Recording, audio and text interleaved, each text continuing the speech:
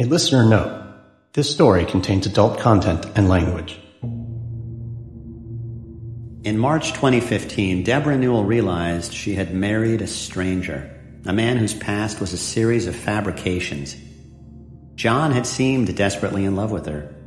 She hadn't listened when her family told her his stories didn't add up.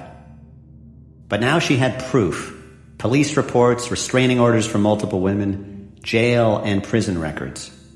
He was a serial con man, a master of intimidation. And according to the records, he had a nickname that went way back: Dirty John. Debra hastily cleared her things out of the Balboa Island house they shared. She had to walk away from $50,000 she'd paid on the year-long lease. She began living out of hotels, hiding. John was stuck in the hospital after back surgery with an intestinal blockage. He began texting her accusations that she could not make sense of, that she had hit him, that she'd stolen $10,000 from his wallet. He threatened to call the police on her. He had become unrecognizable to her. He had seduced her with lavish, unending compliments about her beauty. Now he denigrated her looks, mocked her age, ridiculed her attempts to stay attractive at 59. 5 marriages and a family that hates you. You want to see how this plays out? I sure do. You want to see how bad this turns out? You hit me. You threatened me, she replied. Enough. You're evil. He had come into the marriage with nothing. She ran a prosperous business. His motive was coming into focus. Divide up the stuff and I never see you again, he wrote. Your choice. He said people he knew in the mafia had contacted him. Long-lost relatives. He warned her. Be careful here.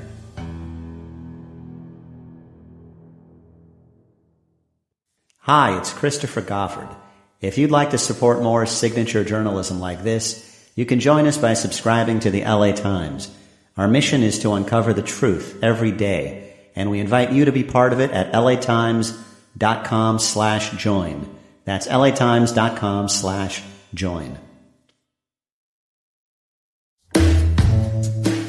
From the Los Angeles Times and Wondery, this is Dirty John.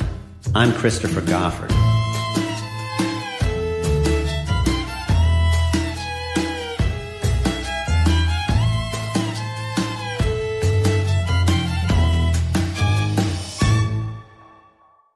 Part 3, Filthy.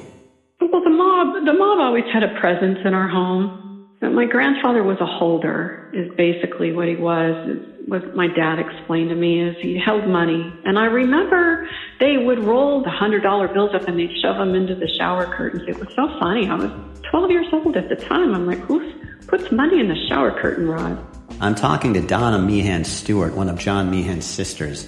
They grew up in San Jose, California, where their Brooklyn-raised dad ran the Diamond Wheel Casino. People came to play poker, lowball, and pan. The kids cleaned the floors and the ashtrays for money. Donna says that what John and his brother absorbed from his father and the men around him was a set of illicit skills, like how to file bogus lawsuits and pull off insurance scams. This is how you go about doing things dishonestly and cheating, and they taught those boys that. Both my brothers were that way. They knew how to work systems. They knew how to lie. I'm trying to trace John Meehan's path from his childhood in San Jose to the day he lied and charmed his way into Debra Newell's life. I'm trying to find out what he wanted to hide. Growing up with John was hell. Maybe it was just this sibling rivalry, but there was definitely issues with John. This is John Meehan's other sister, Karen Duvallay.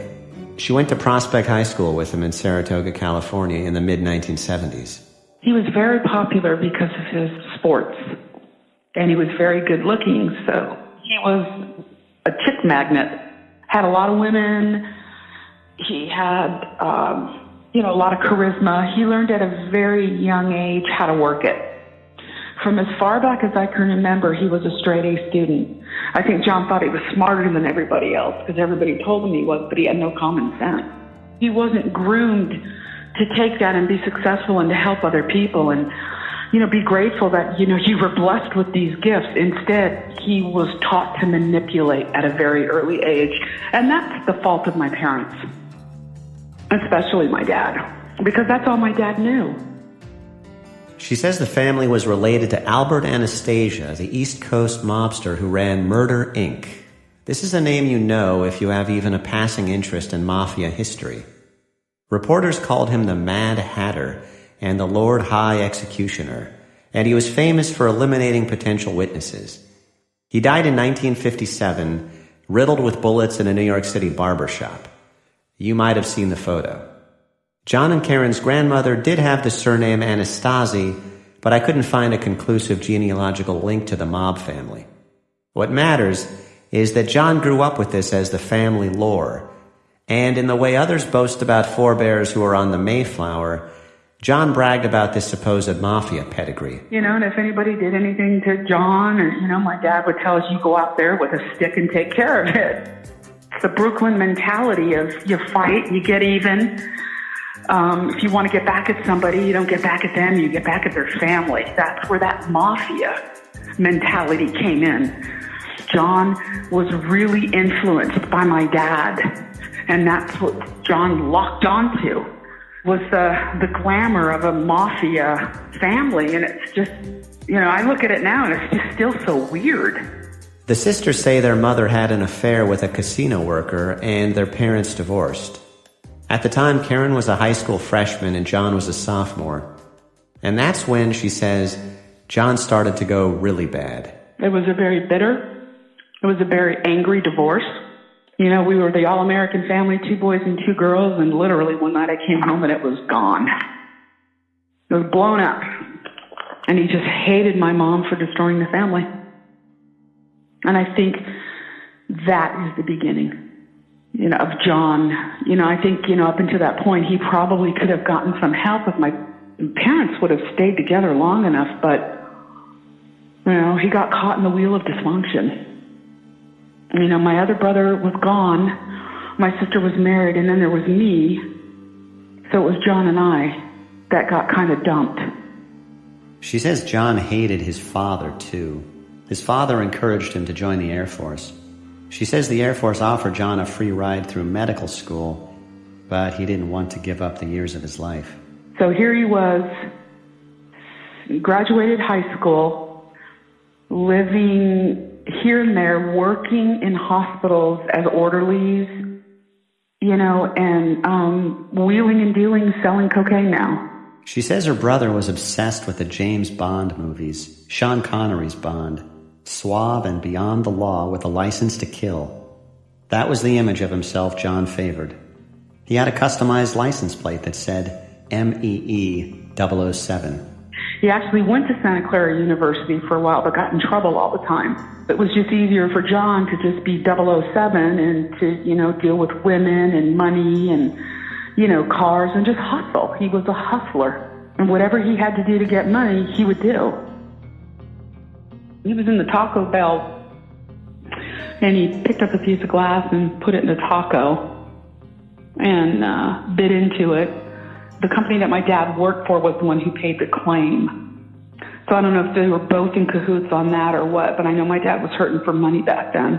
She tells me another story about a time John jumped in front of a Corvette and accused the driver of hitting him. It busted his leg pretty good, but, my dad was behind that one and got John a grip of cash, a settlement. The sisters tell me that John got busted for drug dealing, that he testified against a friend in exchange for leniency, and that as part of the deal, he had to leave California. John got a Bachelor of Arts degree from the University of Arizona in 1988, and that fall, he enrolled in law school at the University of Dayton.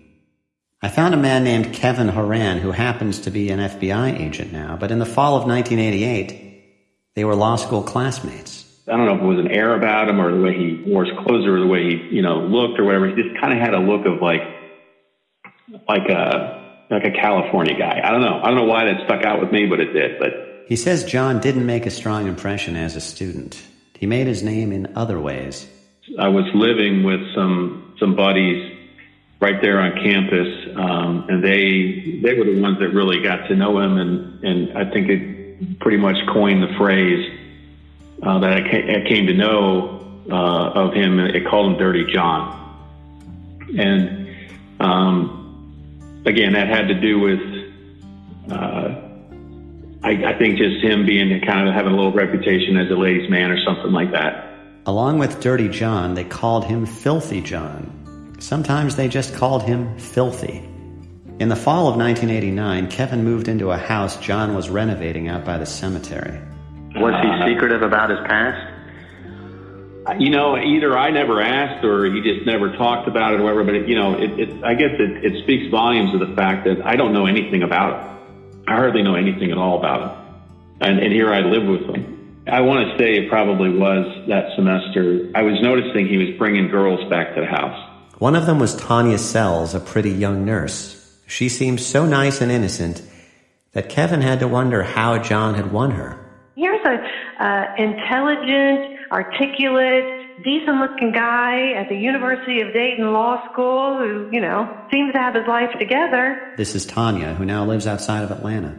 He would tell you story after story about, that he just comes from this family that's just not him. And, that he was able to escape them because other people stepped up into his life and helped, make him a great person. The last semester of the second year of law school, John disappeared. Completely vanished. And I was talking to everybody, and everyone's like, what happened to Dirty John? And everyone's like, I don't know, he just didn't come back. They got an answer when his report card arrived at the house. And I remember, kind of peering through the envelope, the light peering through it, that, I remember seeing a bunch of D's and F's. And so we knew that he was done, that he had basically flunked out. Kevin says John's mail kept arriving at the house, boxes of CDs, credit cards, and fictitious names. It was clear that John had been running scams. Kevin says John also took money from an older woman for a roofing job he never completed.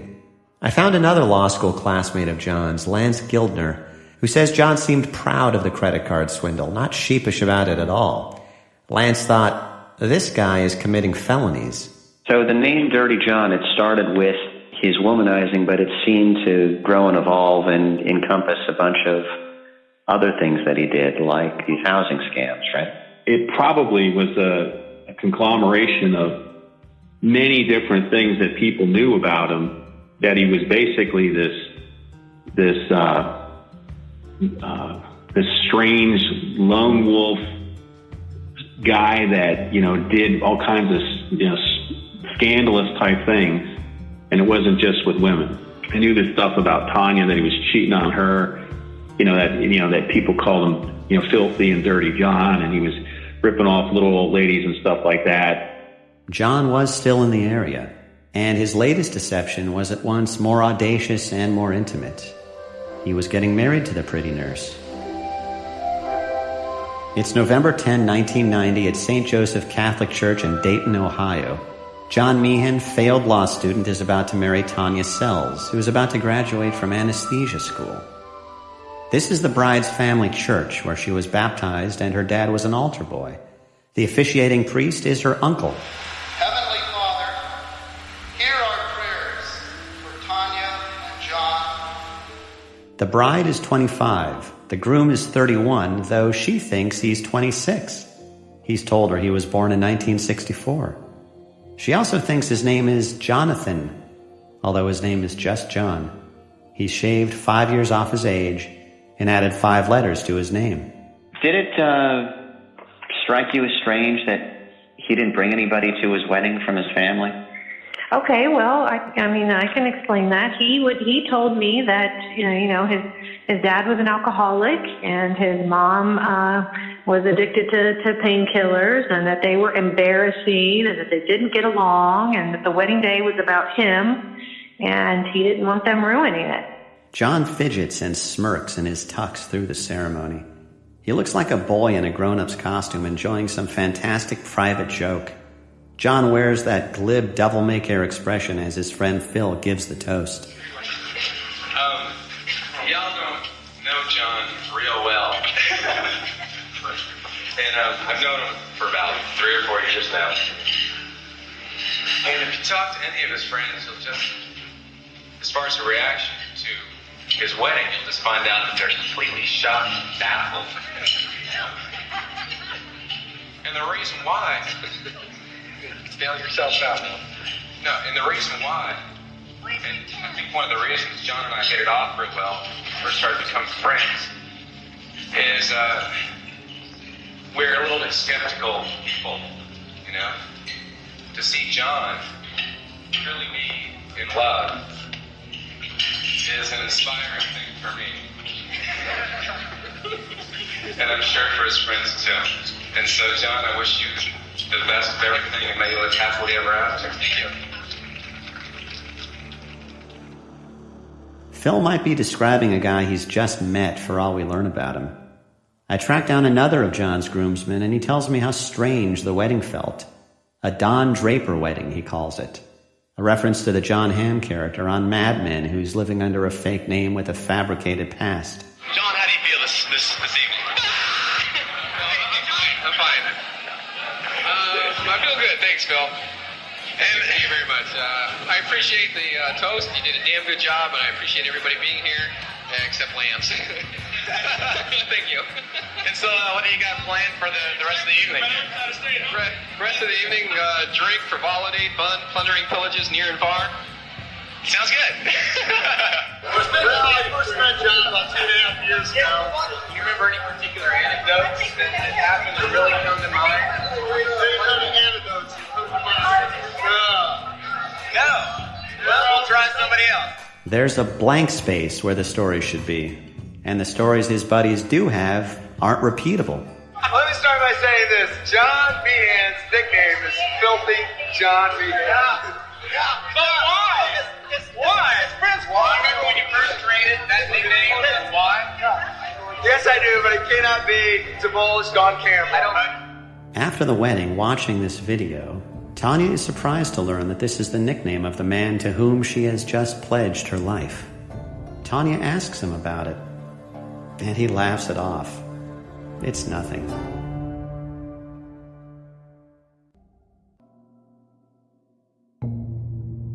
Ten years into the marriage, Tanya made a phone call he'd always forbidden. She, clearly was shocked to be getting the phone call, but she also said in that phone call, I always knew you would call me. I always knew that this would happen. Tanya is talking about how she tracked down John's mother, Dolores, in July 2000. Tanya had helped put John through nursing school at Wright State in Dayton and then through the Middle Tennessee School of Anesthesia, and they had 2 daughters. But now he was leaving her. He'd been working at Good Samaritan Hospital in Dayton and traveling between hospitals in nearby states. He was not a doctor, but a nurse with specialized training in anesthesiology, a nurse anesthetist. And he'd been having an affair with a doctor in Michigan, though Tanya didn't know the details at this point. So Tanya called his mom. She reads to me from her journal. I told her who I was and that John had left me asking me for a divorce. I told her that he had always forbidden me to talk to anyone in the family, but that now that I had nothing to lose, I wanted to know if she would talk to me and help me answer some questions that I had about John. She proceeded to tell me the following, and I just make like bullet points. John's real birthday is 2/3/59, so that's the day I get confirmation of that. His birth name is John Michael Meehan, not Jonathan Michael Meehan. He had gotten arrested in California late 70s, I think it was actually early 80s, for selling cocaine and turned in his best friend as a plea bargain. His mom asked me if he was still using drugs. I was like, what? She called his sister Donna, who told her some of the same things, and his sister Karen. We talked for 2 hours. In quotes, I wrote, "We'll tell women anything to get them to like him." She said he was a genius, got straight A's. Tanya searched the house they shared in Springboro, Ohio, and found a hidden box containing the powerful surgical anesthetics Versed and fentanyl. As a nurse anesthetist herself, she knew there was no legitimate reason for him to bring these drugs home. At some point, he'd become hooked on the drugs he was supposed to be giving patients.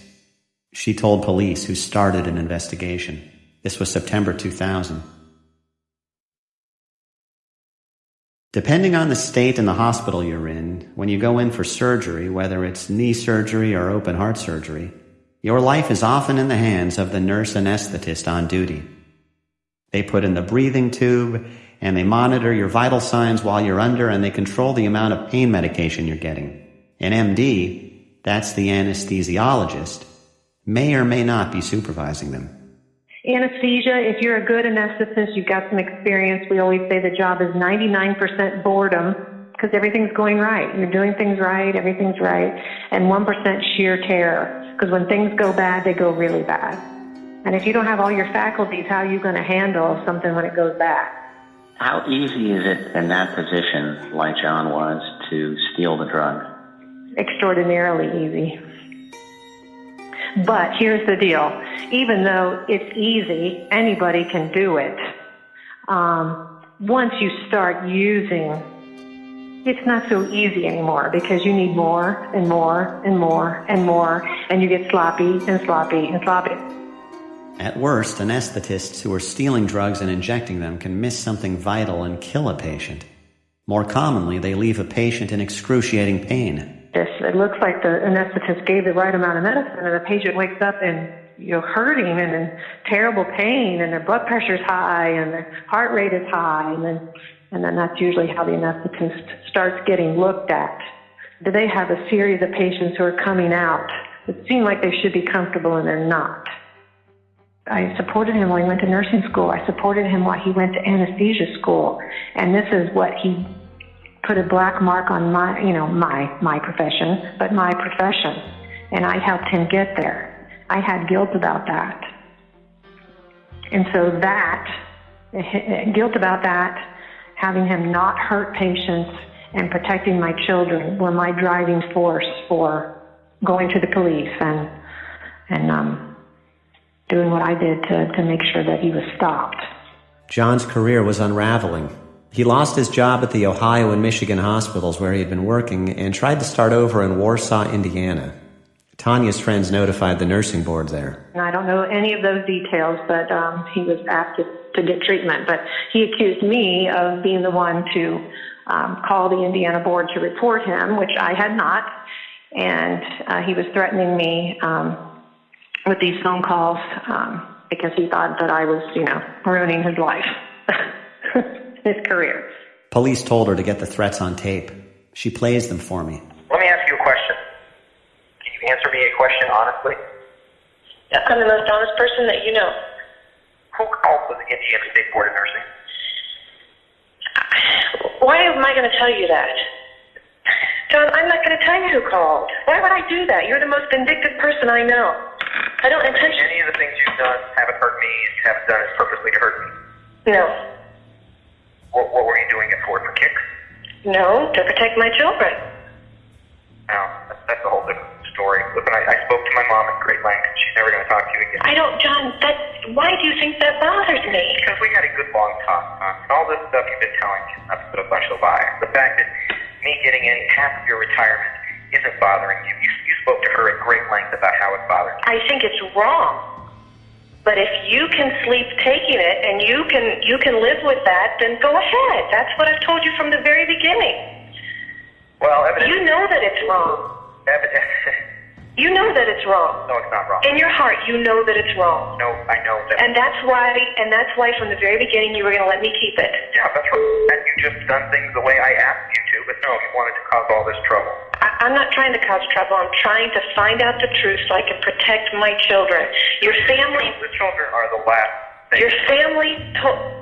Yeah. They are. Your family told me some very horrible things about the person that you really are. Call my mom now and let's see how honest and upfront these horrible things were. None of them were true. None of you. So your mom, your sisters, my mom, they all told... Go ahead and call her now.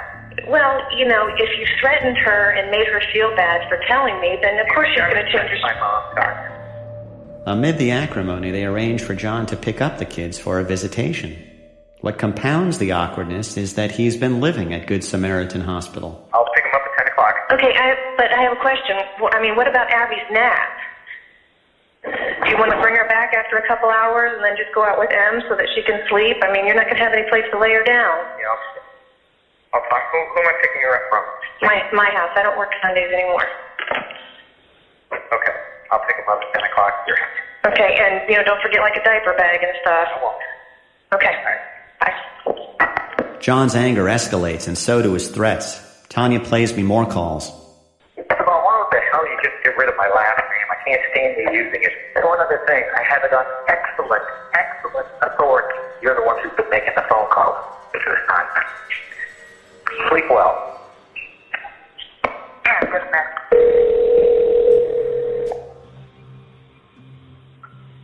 Hello. What is your problem now? What is my problem? Why are you calling me and leaving me these messages? I don't care what your excellent authority is. I didn't make the phone call. I know who did. What difference does it make? This big smile on my face. Why, John? Because trust me. Just trust me. Trust you what? Just trust me. It doesn't make any sense. I don't have to. You'll understand it. What, the mafia's coming after me again, or what? When it happens, Tanya, and you see it in your eye, remember it was me, okay? Remember what, John? Keep that in mind. It was me. Keep what in mind, John? Tanya, you enjoy your time left on this earth, okay? Because that's what it's going to come down to. And who's going to take care of your children? And if I'm wrong, Tanya, I'll buy you a fucking Cadillac, okay? What do you mean if you're wrong? What does that mean? If I'm wrong, I'll buy you a Cadillac. If you're wrong about what? Keep that in mind. If you're wrong about what? You're not making any sense. Listen to me, Tanya. I'm listening. I got a big smile on my face. You know why? Because it's going to get better. What's going to get done? You're not making any sense. Well, it don't happen. You will understand when the time comes. And that's all I got to say. Yeah, and who's going to take care of your children? I'll take care of them. Right. Because I'll be from you not having a big fucking Cobra Libra with a 22-year-old when it happens. That's you nice. Keep that in mind. I swear to fucking God, if there's one thing that happens on this earth, it's going to be you. She thinks her crime, as he saw it, was in calling his mom. It was unforgivable to pierce the veil of his past. I mean, that's a big deal to John Meehan. He don't want people sharing information about him behind his back. Because that ruins everything. That ruins his stories. Because none of it's true, None of what he says is true. I got to say, one thing that struck me about those recorded calls, though, was like he's making these threats to you, and at one point you're like, come pick up the kid, and don't forget the diapers. Like you're right. even as you're terrified of this guy, you have to right. to do the child handoff. Absolutely. That's kind of insane. Exactly. And if you don't turn your kids over, guess who goes to jail? You, not them. The reason for even bringing up those things at the end was he was living in his call room at Good Sam. He didn't have a house. He didn't have a place to visit with the children. He didn't have a place to put a child down for a nap. She says he never hurt her. She says he got a day of anger management classes for the threats, and that's it. And police couldn't seem to make a case on the drugs he'd taken. I didn't really know what he was necessarily capable of doing, but I was scared out of my skin. I don't know if it's the whole thing made me nervous, or it's just, when you've been living a life for 12 years and one day or over the course of a few months you find out that it's all been made up and wasn't true. I mean, it really rocks the core of who you are and what you believe is true and honest and, good in the world. And that's something that's hard to explain to someone who maybe has never, had to experience that. You can be smart in the brain and not smart of the heart, or not have, a lot of life experiences or street smarts to, come across, even characters who are 10% of what John was, people who lie to you or cheat you or steal from you. I've had a pretty easy, normal, upbringing, childhood and everything. And this was my first experience with evil. Take the one you love down to that river, my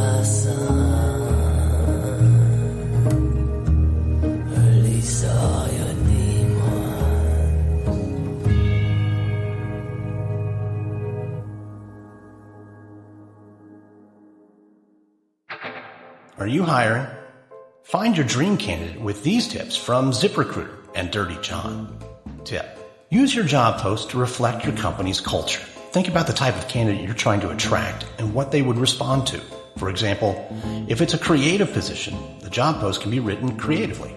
Once your job post is in good shape, then you can use ZipRecruiter to post to over 100 top job boards with one click. Their smart technology notifies qualified candidates to apply within minutes of posting. In fact, 80% of employers who post a job on ZipRecruiter get a quality candidate through the site in just one day. Try ZipRecruiter for free by visiting ZipRecruiter.com/DirtyJohn. Again, that's ZipRecruiter.com/DirtyJohn. This has been a tip for finding your dream candidate from Dirty John and ZipRecruiter, the smartest way to hire. Well, the incident was reported to a police agency on September 25th, 2000, okay? And it was reported to the police agency when the wife had discovered the drugs. Dennis Lucan is a retired investigator on the Drug Task Force of the Warren County Sheriff's Office in Ohio. Of all the criminals Lucan studied, hunted, and arrested during a 4-decade career in law enforcement, John Meehan would come to occupy a singular place in his memory. He came to see him as a devil-tongued flim-flam artist with the cold intelligence of a spy, a void where his soul should have been, and a desperate drug addiction that he would marshal his dark talents to feed. Lucan took over the case in January 2002. He says he found emails showing John had sent drugs to his brother Daniel, who died of an overdose in Santa Cruz County in September 2000 at age 44. He couldn't make a case on that one, but he did manage to charge him with theft of surgical drugs. What about this case fascinates you so much to the point where you've paid attention to developments in this guy's life long after your involvement in the Ohio case ended? Well, the thing is, it was so intriguing at the time when I began conducting it, and as luck would have it, I got some breaks early on that I was able to confront John and charge him with one count of theft, and finding out about the emails to his brother where he was shipping drugs to him, just the most devious person I've ever met. And so we were able to charge him. That's saying a lot for a career cop. Yeah, it is. You know, after a total of 40 years, I could say he's the most devious, dangerous, deceptive person. And there are so many things that John has probably done that we will never, ever, ever know. It's just the fact that in talking with so many individuals, like I say, telling me about him having a gun in the operating room, having him withdraw Demerol, stoop down, and then come back up and never see it administered to a patient, as I read in one of the reports. Meehan pleaded guilty in 2002 to felony drug theft, and Lucan saw to it that he had his license yanked in Ohio, Kentucky, Indiana, and Michigan. Meehan did not show up for his sentencing, and in June he was found at a Comfort Inn in Saginaw, Michigan. He was in a semi-conscious state surrounded by syringes and drug vials from another stolen anesthesia kit. They loaded him into the ambulance. En route to the hospital, he grabbed the drugs and jumped out of the ambulance. He ran into a JCPenney, climbed an elevator shaft, and scuffled with a cop who was trying to catch him. John spent 17 months in prison, and Lucan thought maybe the case was closed. But as the years passed, he would hear of a seemingly endless list of women he had scammed or was trying to scam. And so at that point in time, I knew this case was going to go on until either somebody killed him or he killed somebody. When John got out of prison in 2004, his sister Donna tried hard to help him. She says he was ordered into a drug treatment program in Ohio. She covered his overdue child support. She got his car out of impound and his house out of foreclosure, landscaped it, got it move-in ready for him. This is on Lakewood Drive in Hamilton, Ohio. She gave him a credit card, too. His divorce was final, and he was going to learn to be a father again with supervised visitation of his kids. I mean, there was nothing he would he would have had to do except to be a better person and go get help. And he had medical insurance and dental insurance. And to take this time, and if you're really sorry for everything you did and you want to be a better person, there would have been no excuse. Money, nothing. She was heading to the door about to catch her flight home to California when she looked over her shoulder. I said, I'm leaving now. And his back was towards me, and his laptop computer was open, and I saw Match.com. And I knew, oh my God, is this what we're going to do? Your first night home? Is this it? Match? Really? What signal did that send you? Women. What was important to him was getting a date right away. Women. How did you've been in prison in that? How do you know about Match.com? And the reason I mention that is because that was his vehicle for picking all of his victims, these dating sites.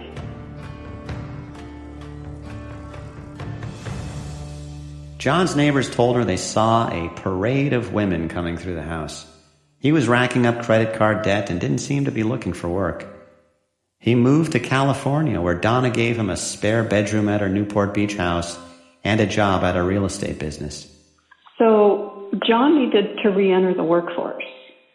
And he did that haphazardly. It was a disaster. He would never show up. I don't know what he was doing. He was going to the doctors all the time. He was going to hospitals. He says his back, I need to get my back fixed. My back hurts. And this is 2005 now. We had a difficult time with him because he was constantly seeking drugs. And I told him, I said, John, if you're doing this for drugs, I'm not going through this again. I can't. This is it. Donna found out that her insurance premiums had skyrocketed because of John's claims. In 2007, she decided to move to the Palm Springs area with her husband. He wasn't going to get better. He was going to do to me what he was doing to everybody else and just suck them dry. John followed her to the desert, and she says he stayed with her for about 8 months. She says he rented a house and opened up shop doing RV repairs. I stopped helping him. He became pretty self-supportive. But I couldn't figure out where all the money was coming from. Wow, you're doing really good. Oh my gosh. Well, he's stealing it. She says he bragged about pulling off a swindle with a Ford Explorer she gave him. He waited outside a bar and slammed on his brakes so a drunk would rear-end him. He collected a personal injury settlement, then filed a bar complaint against the lawyer who'd represented him to avoid paying his bill. Apart from dating sites, John met women at the hospitals he had checked himself into. Donna remembers an ER nurse calling her. She says, I need to talk to you. It's about your brother, and I'm sure you know about us, and we've been dating, and it was pretty serious, and I'm just so confused. I don't understand, and there's silence on my end. And she says to me, you have no idea who I am, do you? And I said, no. She got another call from a Riverside County woman who sued him for taking $50,000 of her money. I drove to the Riverside courthouse. I pulled the case. I copied the complaint. I read it. I went over to his little office he had on Perez, and I remember I threw it at him. And I said, John, this is it. This is the end. You're off our medical. I don't want anything to do with you. And you've got to give this girl her money back. No, you don't understand. It was a business deal. It was a business venture. And I said, nothing you do is a business venture. I was hysterical. I was really upset. I was crying. I just felt crushed. I felt sick. Sick. Still, she allowed John to put his trailer on her RV lot in Cathedral City. But months went by and he refused to leave. He began waging a legal battle against his sister, the person who had tried hardest to help him. He claimed the lot was his. He complained to the DA. He wrote to the Department of Real Estate. He was trying to take what I had given him to use for his own benefit. I was crushed. My husband was crushed. He was pissed. So I thought, okay, all right, I'm a big girl. I'll fight. As hard as I fought for you, I'm going to fight you. And I did. I got a restraining order. My daughter had to testify. I had a hearing. My aunt had to show up. John came straight out and threatened to kill you? Yes. In an email to my daughter. She managed to get a court judgment against him for money she had lent him and he had promised to pay back. I knew I'd never see that money, but I did it to protect myself because John left me alone after that. It was never the money. It was leave me alone. It was all I had. To me, that was stronger than a gun. The best glimpse into how John Meehan perceived himself, the best account of how he framed a life littered with self-made disasters, might be in a letter he wrote in June 2012, asking a friend to help him get his nursing license back. In it, John cast himself as the brave, often betrayed, long-suffering victim in his life's twisted narrative. He was the victim of his parents, who used him as a pawn in their divorce and treated him coldly. Of his ex-wife, who called police on him and kept his daughters from him. Of his mother, who fed damaging information about him to his ex. Of false accusations that he supplied prescription drugs that killed his brother. Of a herniated disc, which necessitated drugs to escape his pain and depression. To be honest with you, I was abusing this stuff not to get high or feel good, but because it allowed me to sleep, he wrote. My job, putting people to sleep. He explained that he checked into the Saginaw hotel room with the intention of killing himself, and he'd taken a shower with the aim of leaving, quote, a good-looking body. He injected himself with Versed and fentanyl, he said, but didn't get the fatal dose right. This is likely a lie. The man who put people to sleep for a living would have known the right dose. In state prison, his suffering continued. You don't even want to know what being in a Michigan prison is like, he wrote. One guy came at me thinking I was going to be easy. They found him in the shower the next morning. I did what I had to do. Several times. And they finally figured out I was not worth the effort of the trip to the ER. I learned fast, and always had that ability to turn it on when needed. The letter had the trappings of a confession, but at heart it was a long snarl of self-justification. It was stingy with insights into what created its author. Donna says John was bitterly preoccupied by the past. He once told her about visiting their hometown in 2012, the old neighborhoods, and the cemetery where their mother, who died a few years earlier, was buried. And I said, did you go to Mom's grave? And he said, yes, I sure did. And I pissed on it, and it made me feel really good. And I said, John, that's sick. And he laughed. And I believe he did. So that's a pretty intense level of hatred that he had for her. He did. He did. But didn't he do that with every woman in his life? Basically. You know? I mean, if you look at the behavior, because I only know the ones I know. I don't know the ones I don't know. She says John hated his father intensely too, and that when their father was dying of cancer in Southern California in 1997 in a hospice bed, John came to visit. Donna says her dad had a little time left, and she'd been keeping watch by his bedside. But when John arrived and she left to take a shower, John was left alone with him briefly. And when she returned, her dad was dead. She has never been able to shake the feeling that John had something to do with it. Is there any way to prove that that he injected your father as he was dying with morphine or some kind of opioid that would have killed him? No. Like, your father was cremated, so there's no way to know? No, and he took the ashes and he said that he'd spread them out over the bridge, but none of us ever knew. And so you literally just left your father's bedside for 5 minutes? And John was Yes. alone with them for 5 minutes, and that was it. Yep. And my sister's the one that talked to the doctor. She called the oncologist. Someone gave him too much morphine or something. My brother wanted any money that was due him, and my dad's death was, his illness was taking any longer than it was supposed to be.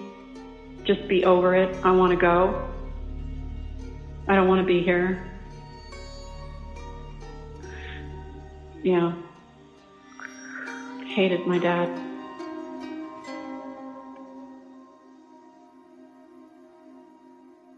Back in Orange County, California in March 2015, the woman who had been married to John Meehan for 4 months did not know all of this. Debra Newell hadn't talked to John's law school classmates or his ex-wife or the Ohio cop, nor did she get the history of his life and crimes from his sisters. But she did have a stack of documents outlining a history of arrests and restraining orders and swindles, more than enough to scare her. His threatening texts amplified her fear. But as he lay at Hoag Hospital in Newport Beach, his tone became conciliatory, repentant. He begged her to see him. He wanted to explain everything. "I still love you and simply can't live without you. I don't want this. I want us without anyone else," John wrote. "I am flawed, but I'm not so easy to give up on you. When I met you, it was simply you. I helped you to get back on your feet and stood up for you. I love you and need you. Please."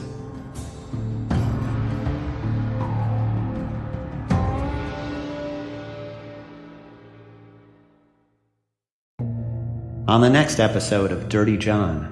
He found me any way possible. He would text me. I blocked him from his cell phone. I blocked him from my aunt's cell phone. I blocked my aunt's cell phone. I blocked him from email. I blocked my aunt's email. I blocked Facebook. I got off Facebook. I got off Instagram. I got off every social media possible. He still found me. Dirty John is reported and written by me, your host, Christopher Goffard, for the Los Angeles Times. Karen Lowe is our producer and editor. Audio designed by Jeff Schmidt. Executive producers Jeffrey Glazer and Hernan Lopez for Wondery. During this production, our LA Times team has included Shelby Grad, Steve Clow, Robert Meeks, and Devon Maharaj. You can read the story at latimes.com. We're putting up installments as these episodes air. And check the website for photos of this story. We'd also love to learn more about you. Please go to Wondery.com/survey.